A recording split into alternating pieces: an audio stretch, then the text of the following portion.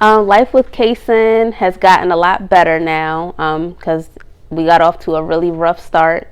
But I think I'm finally getting the hang of this motherhood thing and adjusting emotionally, being a good role model. I have definitely, because it wasn't immediate for me, I've grown to love being a mom. My name is Dominique. I'm from Baltimore, Maryland. I gave birth on February 28th, 2017 at GVMC. I am a nursing student. I go to CCBC. I am interested in women and children's health. So I want to work in pediatrics or OB in the labor and delivery department or postpartum units. I had a pretty good experience giving birth, and so I just want to provide the same type of care that I received as a nurse. And growing up, I didn't go to the doctor often. Like my mom wasn't that responsible. So I just want to be a resource to children and mothers because I felt like it was kind of lacking, and especially in the Black community. A little about myself. I co-own a restaurant called Dimples in Randallstown with my grandmother and my father. I am a server at a restaurant, and like I said before, I'm also in nursing school. So I had a horrible pregnancy. I had hyperemesis gravidarum. So I was sick the whole pregnancy, all 9 months. I vomited every single day, just about. And so when I made these complaints to my doctors, I felt like they were kind of dismissive. They just prescribed medication. Now that I'm in nursing school, there are other ways to manage nausea, vomiting, and motion sickness, the whole nine. I had it bad. I didn't gain a lot of weight. You could barely tell I was pregnant. I was very depressed, and I have never experienced depression like I did when I was pregnant. So I'm like traumatized. I don't ever want to be pregnant ever again. But I felt like they gave me Zofran and some other medication, and then lastly they gave me a suppository. It was Phenergen, and a suppository, for those who don't know, you put it in your butt. And so that just didn't make me feel any better. Like, it was humiliating. Sometimes my boyfriend would put the suppository in for me. That's humiliating. And it didn't make me feel any better. So I felt like I was doing it for no reason. And then after experiencing pregnancy, because I don't know, I just didn't research what was going in my body. After pregnancy, I realized Phenergen is promethazine, and I was like, "Wow, am I getting high? Am I getting my baby high?" So I just felt like I wasn't educated on much of anything because I was so out of it the whole pregnancy. I didn't ask questions like I wish I could have. I wasn't as knowledgeable as I am now. Being in a nursing program and working on a labor and delivery unit. I felt like, that was definitely one of the main things that were lacking, was the educational piece. I tried to work the first 3 or 4 months, and I really just couldn't. I couldn't get through the work day. I kept calling out. I was just like, you know what, I'm not coming back until after I give birth. So no. So I went to a practice of doctors. So there were, I believe it was 4 doctors and an NP, and then there was a nurse as well. The nurse practitioner was white, the nurse was white, and then 3 of the doctors were white men, and there was one black doctor. She was, strangely enough, she was my least favorite. And it sucks. I thought I would feel more protected, but I felt she was the only one that made me cry. I distinctly remember this one day. It was towards the end of my pregnancy. I was very anemic when I was pregnant. I've always been anemic, but naturally you become more anemic in pregnancy. It's just what happens. So she was trying to urge me to take my prenatal vitamins or at least some iron pills, but I would, like I said, I was very sick, so I would just throw it up.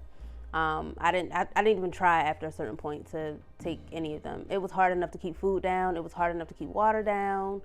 I had to go to the hospital like twice while I was pregnant to get fluid. So I didn't understand why she couldn't just give me an infusion of iron. But in that conversation, she just kind of like made me feel like I was gonna die, and I was gonna need a blood transfusion.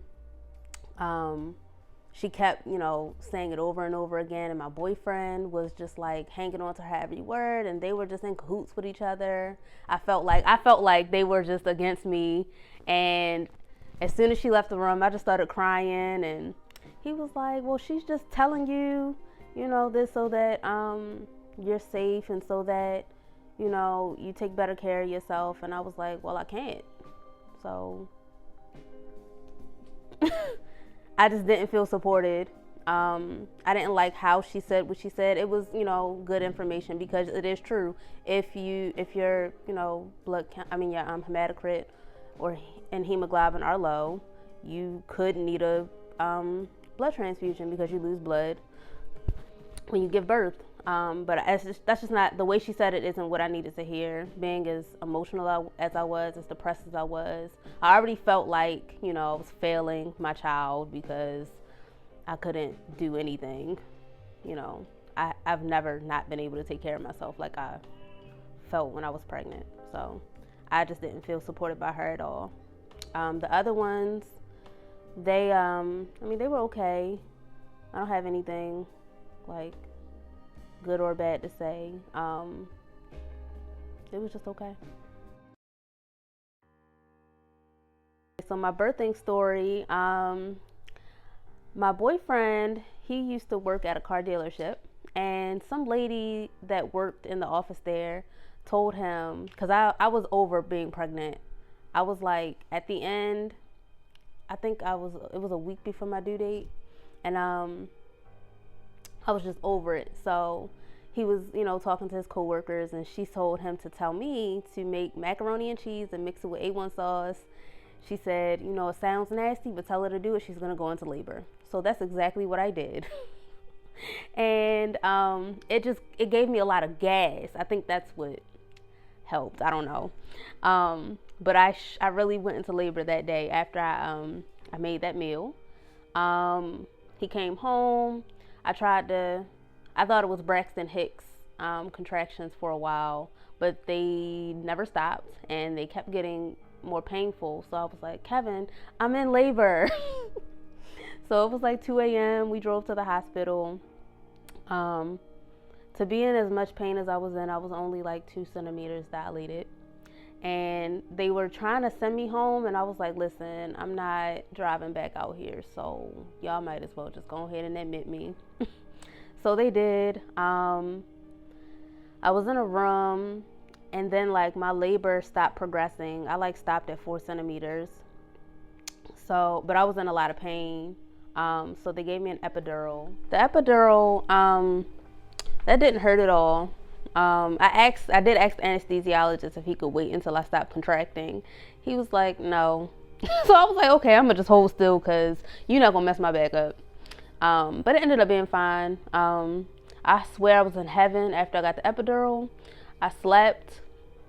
They came and they kept turning me. I don't even know what was going on. I was so out of it. That was the best sleep I got while I was in labor. Like, I don't even know what was going on. I didn't know until I took the OB class in nursing school that they put a catheter in me. I didn't even know. That's how out of it I um, but yeah. So then they kept repositioning me because his heart rate was fluctuating, and eventually I dilated enough and pushed him out. I only pushed like 6 times. He came out. It was real easy. Birth was easy. I did tear. I feel like, again, the educational piece was lacking, because I didn't know what to expect after giving birth. I just thought, okay, I got a baby. But no, there's like an actual healing process that I did not know. I didn't know, like, I mean, you could guess your vagina is going to be in pain, but I don't know, for whatever reason, that wasn't like a thought in my mind. Healing was a little rough. It was the stitches in your vagina it's not comfortable at all. But yeah, overall, like, other than the educational piece being lacking, I had a pretty okay birth. It was pretty good. I don't really have any complaints other than that. The doctor who delivered my son was one of the white men. He was pretty good. My stepmom was in the room when I gave birth, and afterwards she kind of criticized him because she felt like I wouldn't have torn if he didn't like move my son's shoulders the way he did. But now that I've taken the class, that's what they're supposed to do. So the labor and delivery nurses, they were very helpful and encouraging. I felt, really supported by them specifically. The doctor, he literally came in when it was time to push. He stitched me up and got out of there. My boyfriend and my stepmom were the only people in the delivery room when I actually gave birth. But I want to say my mom came to visit me at one point, or maybe she came after. I don't really remember, but I do know when I pushed, it was my boyfriend and my stepmom. I outright told my mom she could not be in the room because she's too dramatic. She does too much. And I just did not have time for her foolishness that day. I felt really supported by my boyfriend and my stepmom, though. They held my leg. Well, I know my boyfriend held my leg. I don't remember if my stepmom held my other leg. I know she was recording, though, so she couldn't have been holding the leg unless she's multi-talented somehow. But I did feel really really supported in that moment by them and the nurses, and yeah, that was pretty good. I don't think my boyfriend was properly educated either. I'm just like the whole process. I feel like men aren't included enough. Even like my boyfriend never missed a single prenatal appointment, but I still feel like he wasn't as knowledgeable about a lot of things like he should have been, from the whole process, but especially in the postpartum period, like how I needed to be supported, and even the fact that he could experience some depression, which he did, but that's also not something I knew about either, that could happen. I think that the medical community has a lot of work to do when it comes to educating patients still. They have a long way to go. So I tried to breastfeed my son. I did for less than a month. In the hospital, they just kind of told me to put him on there. And so I tried, and I don't know, I felt like I wasn't doing it right. And then it hurt. I felt like he was sucking too hard. Maybe he wasn't latched correctly. I never really figured out what the actual issue was. When I went to the postpartum side, they did bring in a lactation consultant at one point, but it was late. She just kind of like popped in, she just kind of told me what to do. She didn't have me demonstrate because that's how a lot of people learn. You tell me, I demonstrate it to show you that I know how to do it, and then then you can say, okay, she knows what she's doing. But that never happened. She just kind of told me what I should be doing, and she left. And that was the only time, the whole time I was there, that she came by. So I just fed him the formula while I was in hospital, and I tried again once I got home. I had a pump, so I pumped. He got all of my colostrum and maybe a week's worth of milk after that, and I just didn't try again. Then I just did formula because my nipples were chapped. It was painful. Breastfeeding was a whole process. It was just too much. Like, I have to clean the pump and these bottles, worry about him. It was a process. Pumping was it was just too much. I had postpartum depression, like real bad. I don't think it was necessarily that people weren't being supportive. I just didn't feel supported, because your mind plays tricks on you, and the people around you don't recognize how that makes you feel, or the fact that you're misinterpreting what they're saying. I don't think anybody was necessarily intentionally doing anything wrong to me, but that's the way I took it. I felt like everything that somebody said to me about my child, I was just really defensive. Looking back on it, I know I was being just defensive and just for no reason. My boyfriend, I felt like, he was working all the time, and then he would come home and not help me with Kacen. And I don't know what else I expected of him, like, because he was working, I couldn't do it. And then my family, they irritated me so bad. Like, my grandmom, for example, she's a big smoker, and she smokes in the house. And I've been complaining about this all my life, her smoking in the house. But while I was pregnant, I was sick, so I asked her not to smoke in the house. I stopped staying at our house altogether while I was pregnant, because it was the smoke smell was a trigger for nausea. So then, like, after I gave birth in the postpartum period, I don't want my child to be exposed to smoke, and she just didn't care. I don't even know if I'm not even gonna say she didn't care. She just didn't respect my wishes. So I didn't feel supported in that way. That's been like the main thing still. That, like, my son is 4. We still talk about her smoking in the house. Like, I don't even live with her, but if I take him over there, the house just smell like smoke. And you can trigger asthma in kids or something. I don't like, or it could be a source of allergy in children. It just isn't. It's not fair that he has to smell like smoke or that he has to be exposed to it. So I didn't feel like she was listening to me about that ever. I felt like there were simple things I wanted to do for myself. For example, I wanted to shower, but I felt like everyone that would be home during the day, like my brother, for example. There was this one time I asked him to watch Kacen while I showered. I came out the shower, Kacen's awake, but my brother is asleep on the couch. And I'm just like, you had one job, like, I just want to take a 20-minute shower. And so after that, I just stopped asking for help. I would get stuff done while he was asleep, but in turn, I wasn't sleeping, because they say you're supposed to sleep while the baby sleeps. But I don't think any of us ever do that. I felt very anxious about every little thing. It wasn't necessarily related to the baby, just life in general. Like, everything, I just felt everything way more intensely in the postpartum period.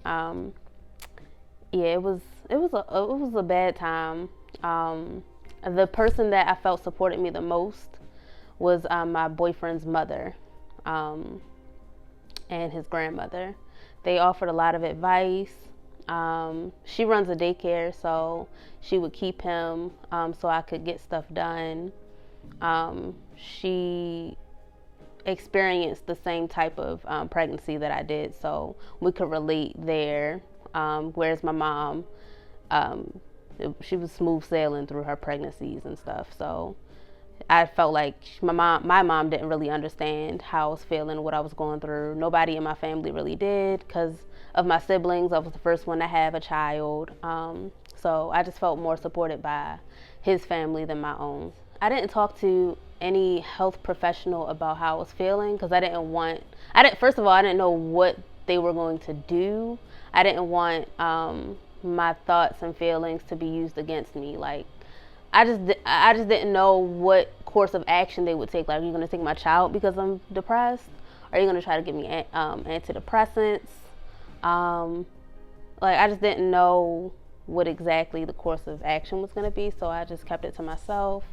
I didn't even tell my friends for a long time, but they recognized something wasn't right with me. And this went on for a really long time. I think I just got out of it in like 2019. My one piece of advice for expectant moms is to lean on people for support.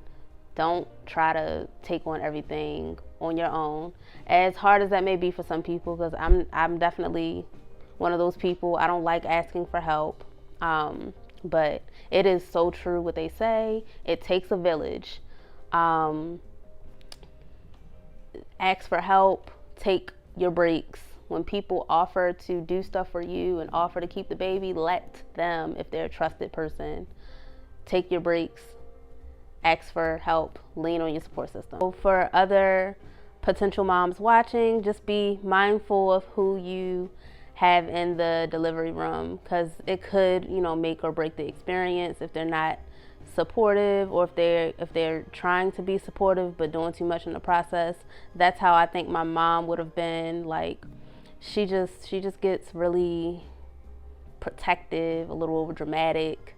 It's just her personality. So I went into this knowing I did not want her in the birthing room because it's just not in her personality to be supportive in the right ways. Now, after the fact, she's been really helpful. Just in that moment, that's not for her. You just got to know your people's personalities. Life with Kacen has gotten a lot better now because we got off to a really rough start. But I think I'm finally getting the hang of this motherhood thing and adjusting emotionally, being a good role model. I have definitely, because it wasn't immediate for me, I've grown to love being a mom. And I think that's another important thing. If you aren't immediately attached to your baby, or you aren't immediately in love with motherhood, that's completely normal. You will get there. I got there.